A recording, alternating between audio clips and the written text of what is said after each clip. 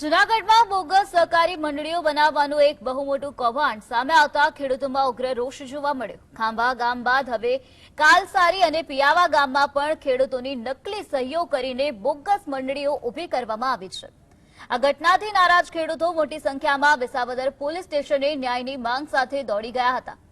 ખેડૂતોનો સીધો આક્ષેપ છે કે આ કૌભાંડ પાછળ ભાજપના સ્થાનિક આગેવાનોનો હાથ છે।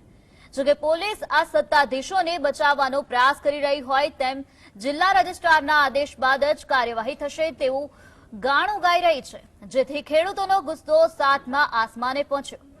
હાલ ખેડૂતો દ્વારા ભાજપના નેતાઓનો ઉધડો લેવાતો હોય તેવા અનેક ઓડિયો પણ વાયરલ થયા છે, જે રાજકારણમાં ગરમાવો લાવી રહ્યા છે।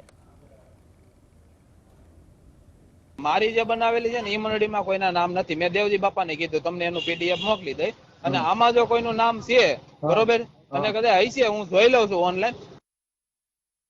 મારી જે બનાવેલી છે ને એ મંડળીમાં કોઈના નામ નથી। મેં દેવજી બાપાને કીધું તમને એનું પીડીએફ મોકલી દઈ, અને આમાં જો કોઈનું નામ છે બરોબર અને કદાચ હશે હું જોઈ લઉં છું ઓનલાઈન। તો એમાં નથી કોઈના પૈસા ઉપાડેલા, અમુકના એમાં 5-10 હજાર રૂપિયા 50,000 રૂપિયા પડ્યા છે અમુકના, સમજ્યા?